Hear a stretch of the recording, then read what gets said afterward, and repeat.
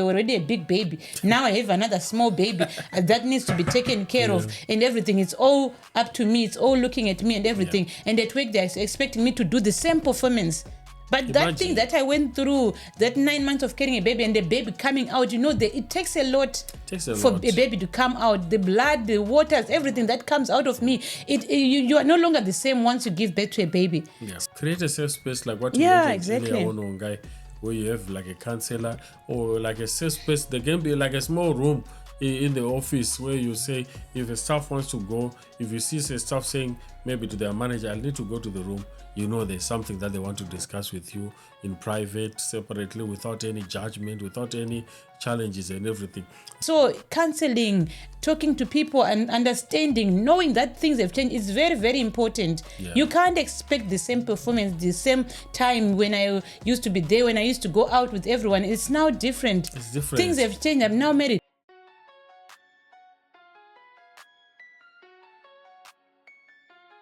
Greetings.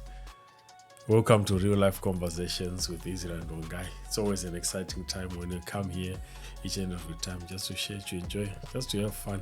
I'm here with my beautiful wife, Ongai. How are you doing, baby?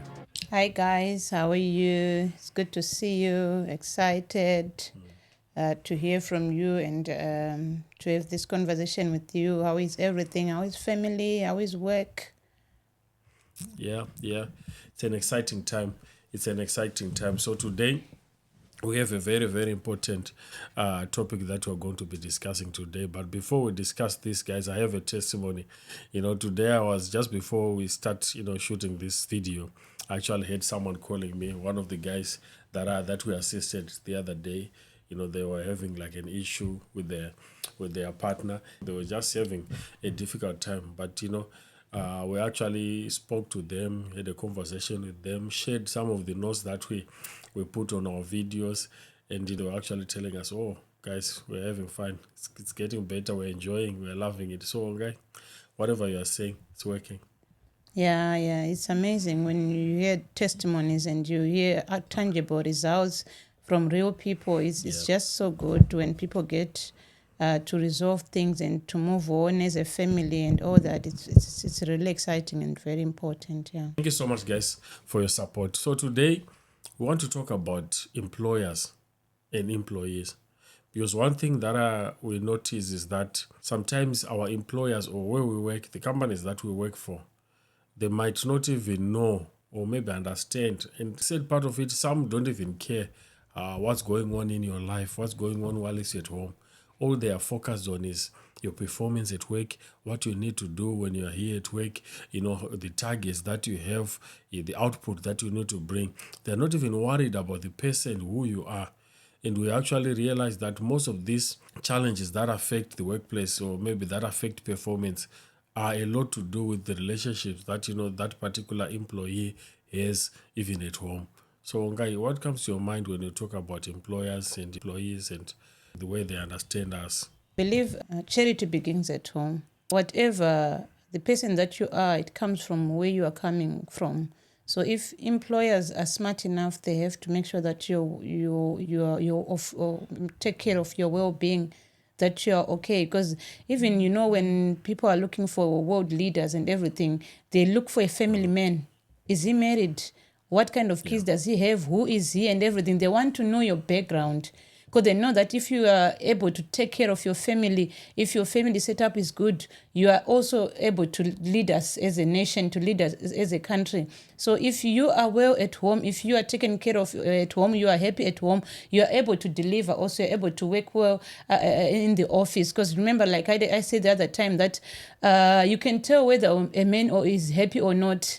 The way he looks at you, the way he speaks, the way he shakes his hands after a meeting, whatever, you can tell whether or not he's happy at home. So it's very important to make sure that the home is taken care of, and you are back, the employer or the employee, their family is good at home, because that will also determine how well they are going to deliver in the office. You're very right, Ongai, because what happens is, if you are working, like for example, if I'm working wherever I work, and before I go to work, I'm with you, Ongai, and we actually had an argument at home and everything like that. We argue or whatever. myself. By the time I get to work, it's not the same. My performance is not the same. And if you are a manager, sometimes you can actually tell that is not the same today. Wonga is not the same today. Something is happening. So what you need then to do as a manager, I understand there is GDPR, you're not supposed to pry into people's private lives and stuff like that. But sometimes someone is actually willing to share with you. I remember I worked at this other company in the UK. I think the first year when I came to the UK, I worked for another company, a big, very big organization and everything.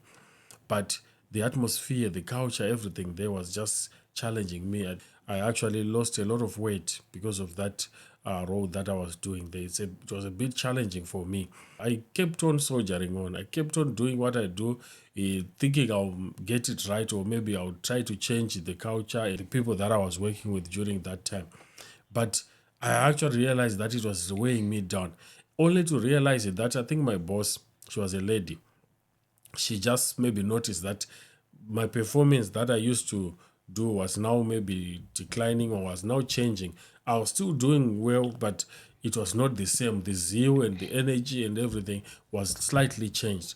And then she called me to her office and to say, what's going on, Izzy, and what's up, is everything okay and everything.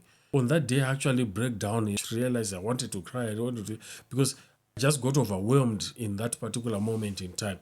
As a man, I didn't cry. Don't worry, babe. I didn't cry. But I was almost... Who said that men should not cry? So right.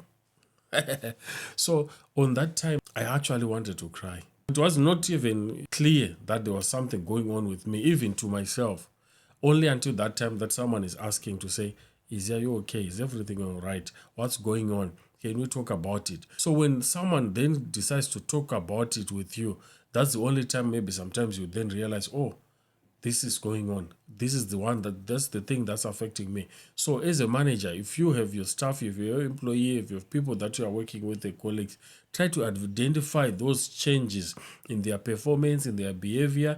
If it's someone maybe who's usually jovial and excited and everything, and they're doing everything the way they used to do, if you see that there's a change slightly, no matter how insignificant it may seem, it might be a signal to mean something is actually going on. I don't believe it when people say that someone is quiet. Oh, yeah. They don't speak much, they don't say much. When the environment is made conducive, the atmosphere is made conducive, anyone and everyone can speak, and they're willing and able to open up about their situation, about their condition, about what's going on with them. You know, I've met people say that, that one, she's very strong. She doesn't cry. She's very strong. She's not worried about anything. But the more you get close to that person, the more you allow them to wake up, to open up. The things that they are keeping inside, the pain that they have inside, when given a chance, when they start sharing with you, you'll be like, this person actually have emotions. They actually have tears. But in front of people, they give this front like, they are strong, they are not bothered, they don't care about anything. Everyone is vulnerable. Everyone has got a heart. Everyone has got a soft spot. Everyone has got a breaking point. So it's very important to always consider that. Don't just take the front that people will be playing, whatever. And I believe also in the offices, it's very important to have a counselor. Yes. I know HR, they are worried about service delivery. When they see that you're not working properly, or you're not putting hours properly, or you're losing weight, they want to ask you, why are you not delivering? Yeah. When they ask you, are you okay? It's not like they actually care to find out if you're okay, or they want you to tell them their whole story. They just want to know why you are not delivering, why are you not working and everything. So I believe each and every organization, they should just have a counselor, someone where you can go and sit and talk. You tell them, I don't want you to say anything. Because sometimes myself, when I'm overwhelmed, when I'm stressed, I don't want someone to talk back. I just want to pour my heart. Yeah. I just want to say how I'm feeling. So if organizations have such people in place, you might have 30 minutes or an hour once a week, to just go and share how you feel and everything in a confidential environment and everything, to be able to speak how you are feeling and everything, because people are suffering out there from home, at work. Maybe at home everything is fine, but they are being bullied. Something is happening at work. Maybe it's racial discrimination or whatever. They are bullied for some kind of reason. Sometimes it's hard for them to open up to just say to anyone. So it's very important to allow allow people, to give people an environment, a place where they feel safe to speak about their feeling, to speak about what is going on within them. Otherwise, you end up firing and employing new people each and every time, thinking people, they don't know what they're doing. He doesn't want the job anymore. No. Give them a chance, sit them down in an environment, not in front of other workers or in a meeting like Israel. Nowadays, your figures are very low. Imagine. In a board meeting, there's no way I'll say, you probably make me feel even worse because you are doing that in front of people. But if the environment is made conducive, people can open up, people can heal, people can change, and people can deliver properly. I like it. I think where I work currently, what they actually do is they have like a mental health lead that is actually employed by the company just to support staff and to support stakeholders in the organization.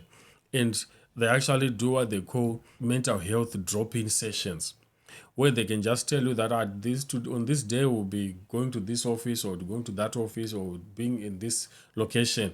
If you want to come in to just have a chat, come in. Is it one-on-one or they're just talking to a group? No, one-on-one. Is it open to all the employees or just to office people? Employees, everyone. So what they actually do is they actually send an email, send a message to all employees of the organization for that particular region where they are coming. Then they come in, they ask you if you want to sit down, and they give you even like phone lines. If you want to actually call even at your convenient time, you can just call. And this is like a meeting where it is free for you to say whatever you want, no judgment and no repercussions, unless if you say maybe I want to kill one guy or you want to do something that is not the usual thing that you can actually say.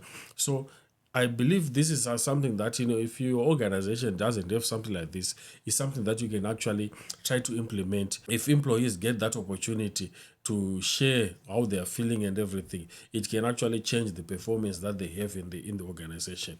I can tell you this stress that happens. For example, if we have an argument here at home and probably I didn't sleep well, the argument went on into the wee hours, maybe at 2 a.m., 3 a.m. We were just discussing back and forth. Then you go to work in the morning. Obviously, Wonga, you won't be in your top form. You won't be in your top shape to be able to deliver the same way that you delivered yesterday when Izzy brought you flowers and stuff like that. If you are an employee and you don't see all those little signs, you say, Wonga today, why is Wonga so quiet? Wonga is never quiet. He's always jovial, enjoying, cracking jokes and everything. But you see that today Wonga is not cracking jokes. That should be something that you try to find out why. It's probably because they didn't sleep properly last night. That's why maybe that workload, because if you didn't sleep like the previous night, it means also that workload that you normally just rush through and you do it with ease. Today is different because you didn't sleep well. You're actually thinking about what's happening. Probably you are now even thinking about what's going to happen when you go back home again. So this is something that you need to consider as well. There's a colleague I used to work with. You can tell that there's trouble in paradise when they keep you at work. They don't want to go home. You know that something is wrong at home. Something is not right. Yeah. There are some people who actually don't want to go home. They would rather stay in the office or stay in the field, work just because they don't want to go to their house, which will also affect other people. I love my family. I want to go to my house, but my boss keeps on giving me more chores or trying to keep me in the office because he cannot go to his own house because of things that are going on there, because he's not happy with his family and everything and whatever. So I believe that it's very important to try to find out, to try to figure out, to talk to people, to make sure that things are resolved. Because you might say that it has got nothing to do with the organization. What happened at home? It surely does. It 100% does have to do with the organization and affect the work. Because imagine you don't want to go home. It's time for us to go home. But you're like, oh my goodness, my wife, she drives me crazy. Oh, my husband is driving me crazy. My boyfriend, I can't go to that house. And everyone has to suffer. They'll be dragging their feet, delaying and everything. Like, can we move? Can we go? Like, why are we rushing? We don't have to rush. Just because you don't want to go to a house. But when everything's fine, you are the one who's on the forefront trying to make sure that you go home. So it's very important to try to make sure that people get help and people are taken care of, to make sure that there's full service delivery. If you're a manager and probably maybe one of your employees, it can be male or female, it doesn't matter. One of them maybe gets married. maybe you attend their wedding, or they invite you, or they didn't invite you, but they actually inform you that I actually got married over the weekend. Remember, getting married is not like a small thing. This is a milestone. Let's even say they actually have a new baby. Yeah, they actually welcome a new baby. This is a different milestone in their life. What is going to happen if you are not aware of it? You should know that there are going to be some changes with the different people in terms of how maybe that staff was always on time. It always a lot of free time. Maybe after hours they would take some overtime and everything. But when they get married, that might change. That particular person who usually picked shifts every day might no longer pick shifts because why? They now have someone at home who also needs their attention. They now have a husband. They now have a wife that they need to be speaking to, that they need to be chatting with. So if you expect them that, why is Israel no longer picking open shifts? Yes, you need to understand that he is now married. Things are changing. Things are now different. The way you used to treat me should also change because it's no longer the same. For example, if they have a new baby, Israel and Ongai now have a new baby. Things are different. I know with kids, I don't know with others, but our kids who will not sleep, it was like their timetable, while at least they were in their mother's womb, was different from ours out here, in this world. You find out that during the day, they want to sleep. When we are sleeping, they want to be awake. So that will affect that employee the next day when they now go to work because they didn't sleep, because the young girl or boy was not sleeping, was awake, playing around and everything. The moment you close your eyes, they will want to cry. If you are the manager and you then don't notice this, or you don't, consider that, oh, this is a very big milestone for my staff. They got married over the weekend, or they got married the last 6 months. So there are going to be some changes in terms of their performance. There are some people who are strong, who can still manage. No matter what changes happen in their life, they can still smash it. But not many of them are like that.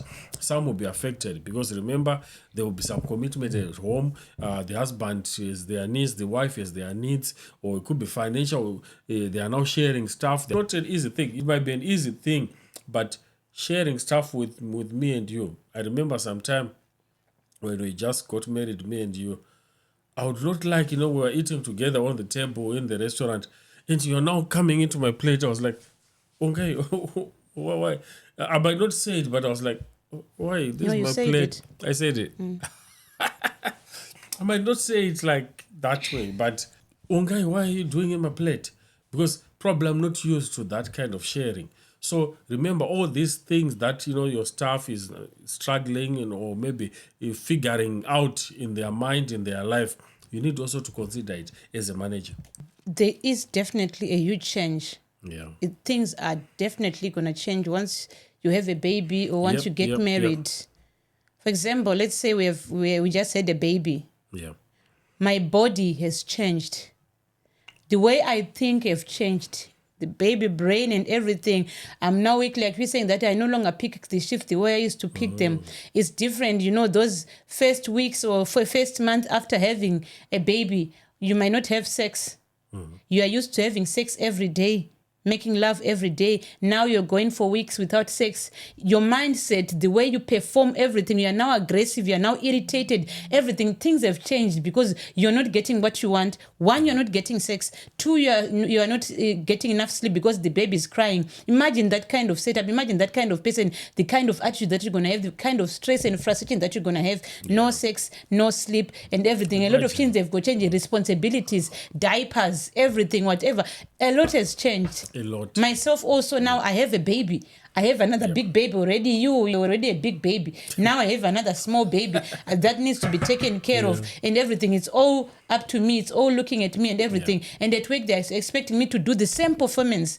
But that thing that I went through, that 9 months of carrying a baby and the baby coming out, it takes a lot for a baby to come out. The blood, the waters, everything that comes out of me, you are no longer the same once you give birth to a baby. Yeah. So counseling, talking to people and understanding, knowing that things have changed is very, very important. Yeah. You can't expect the same performance, the same time when I used to be there, when I used to go out with everyone. It's now different. It's different. Things have changed. I'm now married. People will be like, When did he start this behavior? Since he got married. It started since when he got married. He changed, sometimes I was talking to, I always say that to my bamdikis, my brothers-in-law. I'm like, you make us hate your wife for no reason. Because once you get married, the way we used to talk to you, always to call me, my guru, how are you? How is everything? You always used to talk to me and everything. But nowadays it's different. You don't talk to me. You don't ask me, how are you, my guru? And I should be considerate. Yep. I should understand that, no, now he's married. Things are different. He has a wife. He has a family. He has a job. Things are different. Our parents should understand. Our bosses should understand. So it's very important to say, okay, we have seen the changes. Instead of bashing someone or firing someone or saying bad things, try to find the source of the problem. Try to find the source of that change that has happened. Why are they like that? Why is it like that now? Are they suffering? Are they failing to manage? How can we help as an organization instead of just caring about service delivered without caring about people's well-being? There should be work-life balance. There should be a balance when it comes to work and their personal life, so that you can enjoy both their service and they can also enjoy their family. People express different emotions differently. It could be a male or a female. Men and women express emotions differently. Maybe you may choose to cry. I may choose to just, keep quiet. Or I may become easily irritable. Or maybe if I'm someone, maybe I'm a supervisor, I can maybe try to scrutinize a lot of other small things. I've seen, some other people, like when they are not in their good mood, they tend to scrutinize a lot of things. They tend to come to you, try to find any fault, just trying to look for anything that you are doing wrong. So you need to try to see all these changes in a person, to see it. Is this not normally like this? Why is he so scrutinizing a lot of things like this? Probably something is happening. Something they need support, they need some help, because you never know. Everyone can express their emotions differently. I was watching this movie and it felt like women were being punished. Yeah. Whenever you go to maternity leave, when you come back, your position, your workload, everything, the respect have changed. So women ended up not wanting to give birth to children. They ended up not wanting to have family, which affected their marriages. You are married, we were planning that we're going to have a baby, but now she's afraid that they saw that so and so, once they came back from maternity leave, when they had a baby, the way they were being treated, it's like that, everything starting afresh. Exactly. You are no longer significant. You can't go into the field. You can't do reporting. You can't do whatever, anything. You are now just put behind a desk, like, you can't do this anymore. You are no longer fresh. You have been away for 8 months or 6 months, whatever the time that you are away on maternity leave. Things are different. Things have developed, whatever. So that's not fair. That's not right. I cannot be punished by trying, because I'm trying to build a family, because I also have a life out of work. So it's very important to consider all that and everything to be considered. And I don't know, maybe when we go to maternity leave, but now it will be troublesome. If I go to maternity leave, you also go to maternity leave, who is going to take care of the family? The salaries will be cut and everything. But I wish there was a way of men to experience what we experience, with that time away from work, with that what goes through our body and everything, what happens and everything. They should be considerate of all that, the men in our house, and so the men at work. Not that you get punished because you're on maternity leave, because you had work off, now you're being punished, you are being sidelined and everything. They should consider all that. How can we help? How can we make sure that you stay in check and everything, stay updated, so that when you come back from work, you can take off, you can start from somewhere, not to be taken away or completely to be told, once you give birth, once you go to maternity leave, it's done. That's the end of it. Managers out there, please, ladies, they go through what they go through, but don't penalize them for that. Really, try to still, whenever someone comes back, restore them to where they were. Maybe they might need just a month to catch up to where they left. Maybe a lot of changes can happen, maybe over those 6 months that you'll be out. It could be 6 months or 8 months or even a year sometimes. So you need to give them time to catch up to whatever it is, and not to penalize them for that. Your position is already taken, because, every time when you go and leave, maybe the person who's going to come to replace you is very good. So now they want to keep that person. There are actual organizations who do not employ women for that reason. Really? Yeah. because they know that if you employ a woman, they would want to go to maternity leave. Sometimes they will want time off when they are on that time of the month, they're on their period, they change their attitude. We are here, we do sales and everything, we speak to high class clients. We cannot be saying that each and every month, when they're on their time, they have an attitude, and then they'll be talking to clients anyhow. They don't employ women because they are afraid of that. Which is not fair, and which is not right. That's so exactly, that's discrimination. So it's for the world to work properly, there should be a balance for both work and at home. None of those parts should suffer.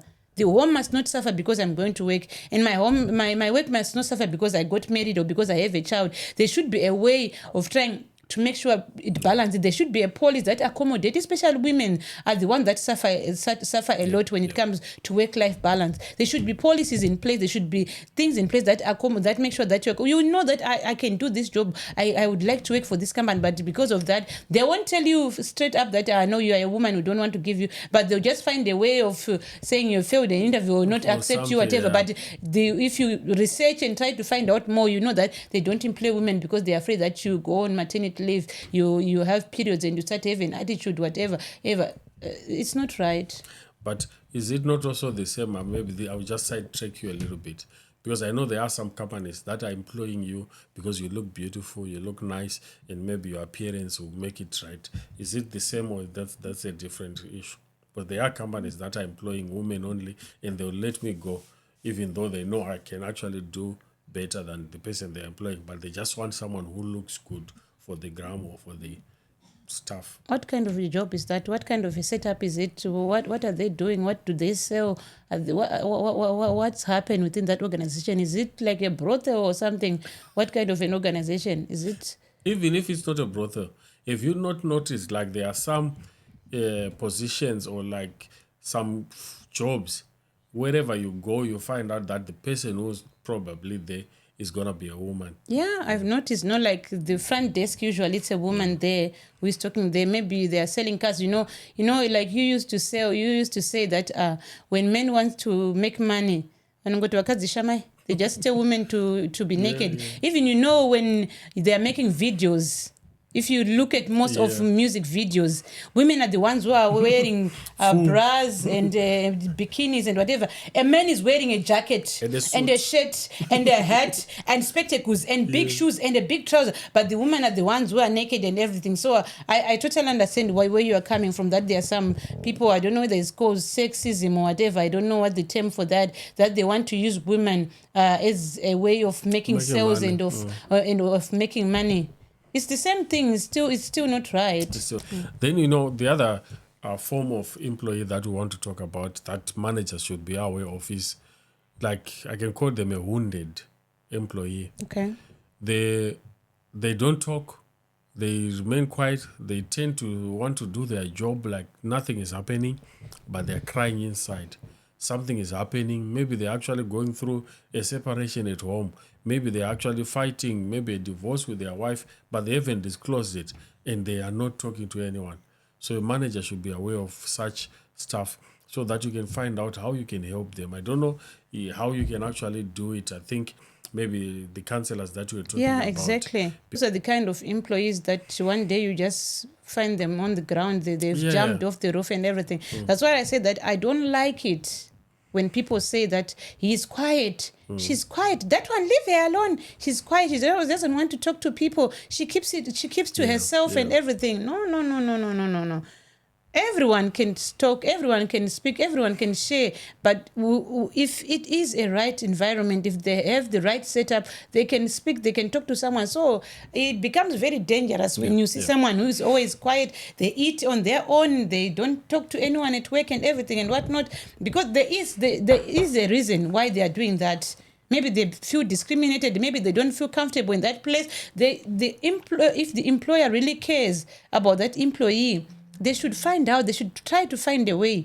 Be it a counselor, be it whatever. Do research. Try to find a way of making sure that that employee is okay. If you really care about the well-being of your employees, you have to find out, because they are probably a very good worker. Especially the problem is if that employee is performing bringing results, making you money. You'll be like, I don't care. That's their own business. As long as they're doing my job, they're doing the work and everything, delivering what they do at their own time, whatever they feel, that's their own business, which is wrong. Very But the wrong. moment that they're going to fall on or jump off the roof or something bad happened, that's when you want to try to find out why they're not performing, why that happened, which will be too late. So it's very important to make sure that you find out, you care about the well-being of your employees all the time. Yeah, create a safe space like what you mentioned earlier on, guy, where you have like a counselor or like a safe space. There can be like a small room in the office where you say, if a staff wants to go, if you see a staff saying maybe to their manager, I'll need to go to the room, you know there's something that they want to discuss with you in private, separately, without any judgment, without any challenges and everything. There are also some apps, that I think other employers are actually introducing, where you can actually have an app on your phone where you can actually ring someone, then they can talk, because it's not always where you always have that person there sitting waiting for someone to have a challenge and talk to, but you can have that person who's actually a trained counselor who you can talk to over the phone, and they can tell you about your life and everything. Then the other thing, one guy, that you need to do as a manager, that will actually help your staff, is to be flexible. There are some managers who are so rigid that, despite that, even the nature of your job that you do can actually allow you to work from home, for example, for an hour. They just want to see you in the office on your desk sitting there.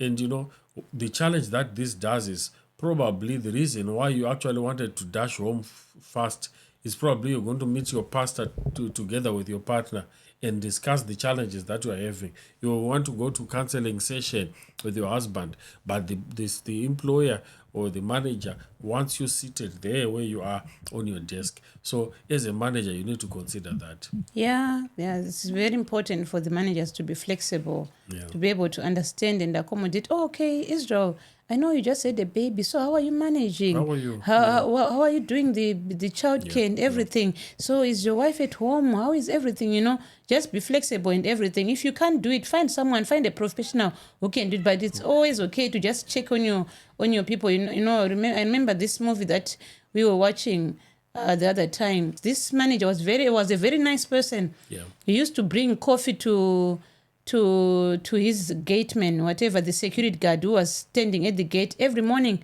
Good morning, John. I brought you some coffee. How are you? How is the family? Everything. And then there was a time when some other shareholders, director, they were about to take over the company and they wanted to throw him out and everything. Do you know who helped him? The security guard. Really? The guy on the gate. The one that you look down upon, you be like, what does he know? He's not educated. He doesn't know anything. And initially, that guy, before he had retired and become a security guard, he had studied law. He was a lawyer before. So he was very educated. So don't look down upon people and say, they are just there at the gate. They are not important. You don't care about their well-being. You don't care to find out if they are okay and everything, whatever. Whoever it is, I always tell people that everyone is equally important in the organization. For you to work in a clean space, someone cleaned that place. So it's very important to respect that person who cleaned for you. For you to receive clients, someone called, a secretary was on the reception. They spoke to that person to be able to come to you. So each and everyone in the organization is equally important. Because some organizations, they say that a counselor or whatever is for those who have got stressful work, who do accounting or whatever. Anyone else, no, they don't need that. Their work is easy. It's easy. But if we give you the chance to say, okay, today you are the one who is cleaning the office, we will be able to do it. You can't do it. To mop and everything, clean whatever. So clean the toilets and everything. So it's very important to be considerate of everyone and in the organization, no matter how low you think they are, no matter how small you think they are, be considerate of everyone and try to make sure that they've got work-life balance and their well-being is well taken care of. I think just to add on to what you were saying about making sure you respect everyone, there's actually a story that was told, like there was one lady, she used to, like, whenever she's now going home, she will make sure she say, one guy I'm going, because one guy was like the cleaner who was cleaning at that place. She said, one guy, how are you? How's family? I'm now going. I'll see you tomorrow. Then she will go. She will do that almost every day. Before she goes, she has to speak to Wongai and say, how is family? And now she knew Wongai's kids, their names and everything. They'll just have a small chat. How so and so? Oh, did they graduate and everything? Then she goes home. Then it just happened one day. It was like, I think, where they've like those cold storage freezers. Then I think maybe she went there by mistake. It just closed, just before she went home. The door just closed her in, and she couldn't open her phone. She had left her phone outside on her desk and everything. Do you know who then remembered? Say, I haven't seen Wongai. Wongai, I know she's there, but we haven't seen Wongai. Then it actually triggered everyone to then start to look for where's Wongai, only to discover Wongai almost freezing in the freezer. Imagine if she was not speaking to that cleaner. She was now going to be stuck in that fridge for the rest of the day, and probably by the morning will be dead. Exactly.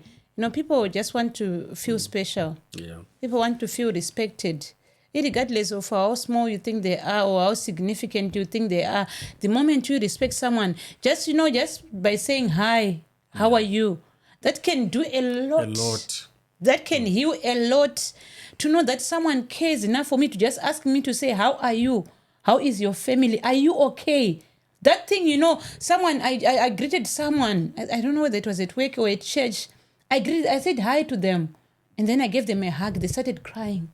Right. They broke down and crying. I'm like, did I do something wrong? Did I hold them too tight? What did I do? And then they called me on and says, I needed that hug. Yeah. The way you hugged me and the way you asked me, are you okay? I'm like, I just asked anyone the same way. No. There's a way you ask me. Some people will just ask and then just go away. Hi, Israel, are you okay? And they're just doing it passingly. But there's a moment you just actually wait and look into someone's eyes. Israel, how are you? Are you okay? Just that, will make people open up, will make people feel relieved. You feel like there's a burden taken off you, just knowing that someone cares, someone is looking out for me. So people just want to be taken care of. People just want to be looked out for. People just wanted someone who respect them, to just know that there's someone who cares for me out there. That will make people deliver well. That will make people open up and everything. There is no one who say that they are too quiet, they do not speak. Yeah. They just need a listening ear. They just need time. They just need someone who actually cares. And people will open up. I've met all kind of people in all walks of life. People want you to listen. Yeah. Don't be someone who is always going on about yourself. Oh, how are you, Israel? So you know what I did yesterday? You didn't even give me the chance to tell you how I am, or to answer the question that you asked me if I'm okay. You asked me if I'm okay just so that you can go on and tell me about your things, your achievement, or what you did on the weekend and everything. I also have things. I also have issues. You might think that I'm quiet or I'm tough and everything. I also have issues. I also have a soft spot. I also have a wound inside of me that I need to talk about. So, given a chance, everyone wants to talk. Everyone wants to share. Everyone wants to heal. Everyone have got some kind of pain. Just to add on to what you are actually just saying just now, as a manager, you should make sure that instead of just coming to say, Wongai, what happened? You haven't reached your target. What's going on and everything? First, talk to Wongai first. Personally. Hi, Wongai, how are you doing? How's your husband? How are your kids? How are they doing? Exactly. Is everything okay? Like you're saying, someone who open up to you, if you try to show that emotion to say, because if you just come and just ask me about targets, you're using me. Exactly. I'm just a vessel for you just to look for targets, and just smash your targets. Exactly. I know here they'll say you need to crack on. Yes, I can crack on, that's fine. But you need to I'll know. crack as well. Yes, I need to know Wongai. Who's Wongai? Hi, Wongai. And before you know it, you realize Wongai will start opening up. Exactly, that's what I wanted to say. Telling you about their kids, telling you about everything. Then when I know and that why they are missing the target. Probably you figure it out from there. Exactly. And if it will just motivate someone, if you realize that someone just cares about you, cares about you having your family and having your kids, because you should not appear like you are not worried about family. You are not worried about people having their, kids and their husband and everything. You should not be that kind of manager who's like maybe against that. You should be someone who's there to support that, to say, okay, how's your husband? What did you do over the holidays? Exactly. Okay, what are you planning for vacation? When are you going for your vacation? You need to know your staff needs to go and rest and just refresh and enjoy life. Exactly. People just want someone who cares to know, just a hi will make someone tell you the story of their life. Yeah. Just saying, hi, Israel, how is your family? They'll go on and tell you things that you didn't even know exist about the organization, about their family, and what you can actually do to make the organization better and everything. Just by one question, one sentence of saying, how are you? How have you been? They will be able to open up and everything and tell you stories and a lot of things, and things can be resolved. So people just want someone who cares about them and who cares for them, and then they can open up and make sure that things are done properly within the organization. Yeah, and also remember, we are not saying that you should just try to pry your employees to give you that personal information and everything that they normally don't share. No, that's not what we are saying. What we are saying is that if you talk to that employee in a nice and proper way, you realize that they have a lot of things that they will share with you. Some of the things can actually help your organization. You can learn, remember, no matter what type of organization you have, that employee that you have, that staff that you have, can actually be your customer. Is maybe one of your customers for whatever products that you have or that you are doing or you're selling. You can be a supermarket, you can be whatever type of organization you are. Remember that employee is a potential customer of yours. It doesn't matter what stage, maybe they don't need that service now, but they probably will need that service in the future. So if you get to know about them, you probably get to develop and get your product to be in a better space than where it is now, because now you don't even understand your staff. So how can you understand your employee? How can you understand your customers? So you need to know all these things that are particular to your staff that can actually relate even to your customers themselves. I don't know if it's just me, but I can tell when someone has got a hidden agenda or a hidden motive.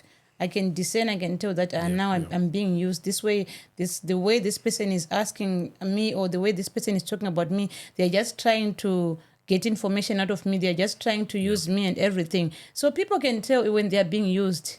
Don't think people is stupid, because people, there's some people who be like, no, she's adamant. No, she doesn't know. She doesn't understand these things and everything, whatever. People are very smart. No matter how low you think they are, or whatever you think, how ignorant you think they are, they can tell that, now I'm being used. Now someone is just talking to me so that they can get things out of me. So be sincere.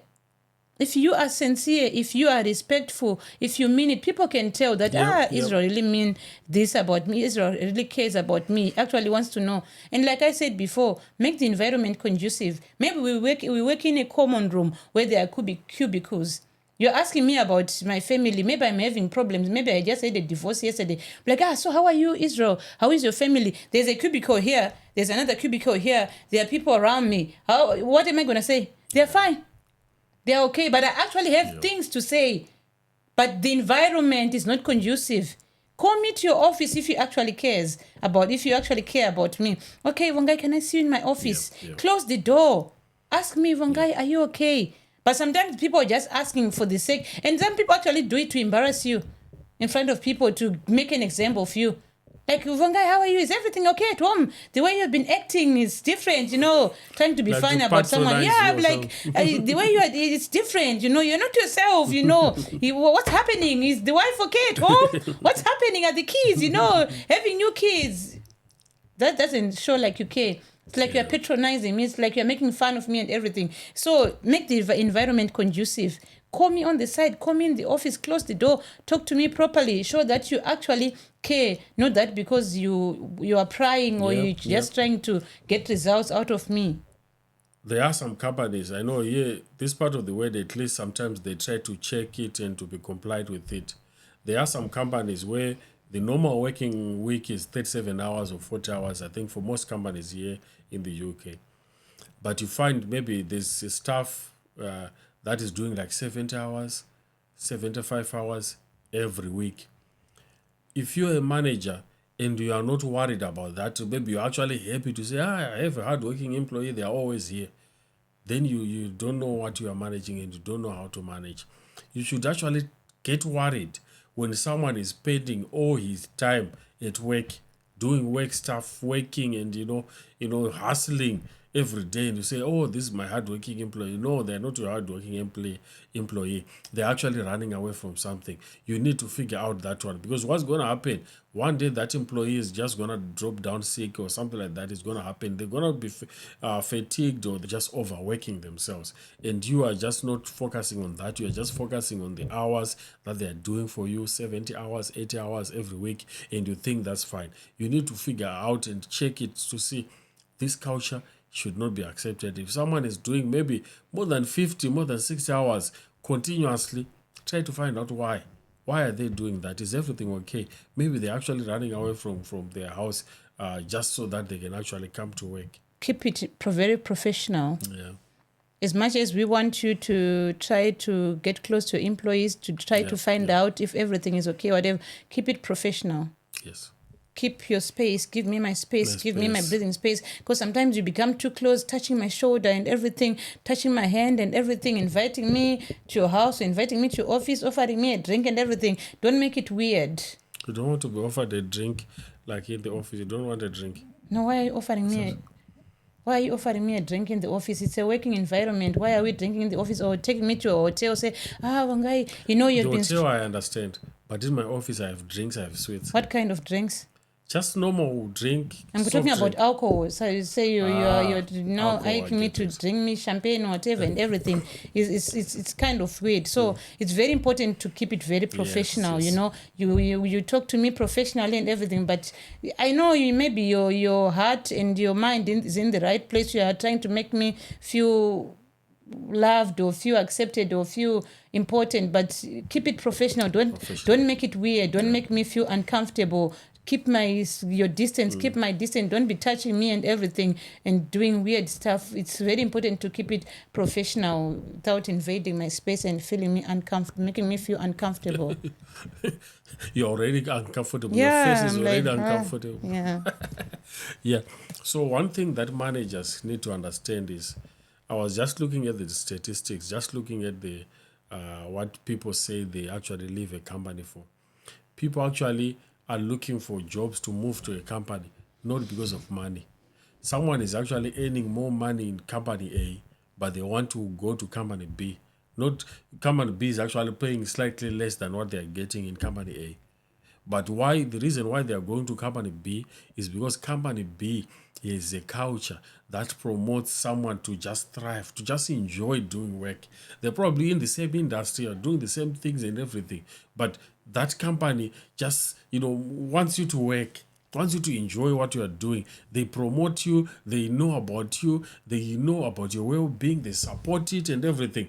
But in company B, they will give you lots of money. They give you a salary rise, everything. The commissions are high. There's no sense of belonging. But there's no belonging. You're always stressed. You're always working. No one talks to you. Everyone is just serious doing their stuff. Everyone, when it's home time, everyone just home. When it's break time, the other person is on that corner. The other person is on that corner. No one wants to chat or just have a conversation with someone. So that culture on its own will cause staff to actually move to other companies. But if you are there as a manager, you want to also just come, just talk to your staff. Not about work, not about targets. Every time you meet your manager, it's about work. What have you done? Oh, you've done this wrong. You need to do this. No.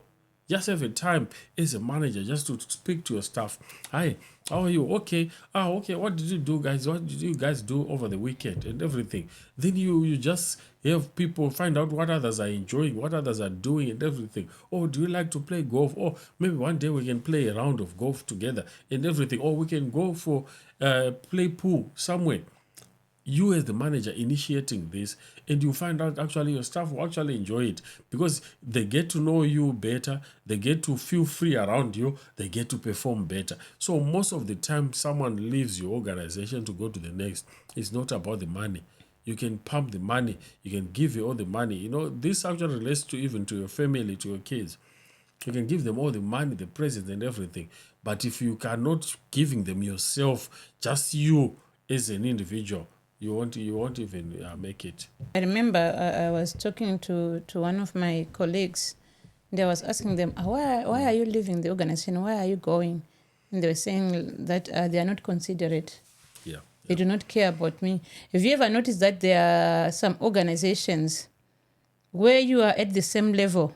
Yeah. You are all managers, you are all whatever, carers, you are all whatever. You work at the same level. Yeah. But you know that if you want something done, you want the senior manager or whatever to do something, you know we have to send Israel. If you send Israel, things will be done. They will do whatever you do. But if you send anyone else, they won't get it. They won't change anything. Yeah. We won't get the part. We won't get the incentive, whatever. Why is it like that? There are some people in the organization that you know that they are considered. If they want something Like done, favoritism. You know, there are people. Sometimes it's not even favoritism. There are some people that they know that they are very arrogant. They are very bossy. They actually, the manager is actually scared of that person. They know that if I don't give this to this person, they will go crazy. They will start shouting, whatever. But you're nice and everything. You do everything by the book and everything. And you get punished because of that. Because of your professionalism. So it's very important to consider people not because of how they react or because you're afraid of how they will act if you don't do something for them, or you're afraid of maybe who they are related to. Maybe they are the relatives of the director. Probably they don't even work as hard as I do, but I'm suffering because I don't have anyone up there, or because I am not talkative, and I suffer because of that. So it's very important to treat people equally, to treat people with respect, regardless of who they are, what they are. If I'm doing my job properly. Respect me. Respect everyone, not to respect people depending on how talkative they are, or what they do, or where they come from, their background, or whatever. No, that's not right. And people will not stay in that kind of organization. I was like, everything is okay. The hours are fine and everything, but they are not considered. There are people that they care about. There are people that like they've got their own things that if they want the things done, so and so, they ask for it, they get it. But you ask for the same thing, they will tell you million of reasons, and they keep on going on. But that person, she just rings once, be like, no, it's fine. Yeah, you can go and leave. No,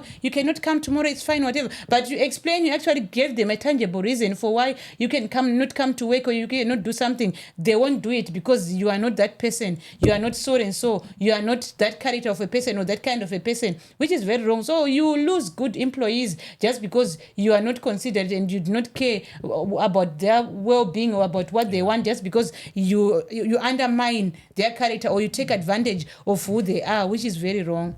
People are different. So as a manager, you should know all the characters that you have of your staff, and you treat them fairly, the same. You don't have to say, maybe this one I treat them differently because maybe they're overzealous, or maybe they will probably talk back to me, and this other person doesn't talk back to me, so I can actually do whatever. As a manager, you should make sure you do this and you actually correct this if you are doing something like this. So guys, if you have your manager out there, you need them to watch this. Just send this link to the group, to the work WhatsApp platform. Just send it anonymously. I don't know how you can do it. No, I'm sorry, it was a mistake. It was a mistake. But they'll want to click it. But guys, what we're actually talking about here is very important, and it actually things that are happening.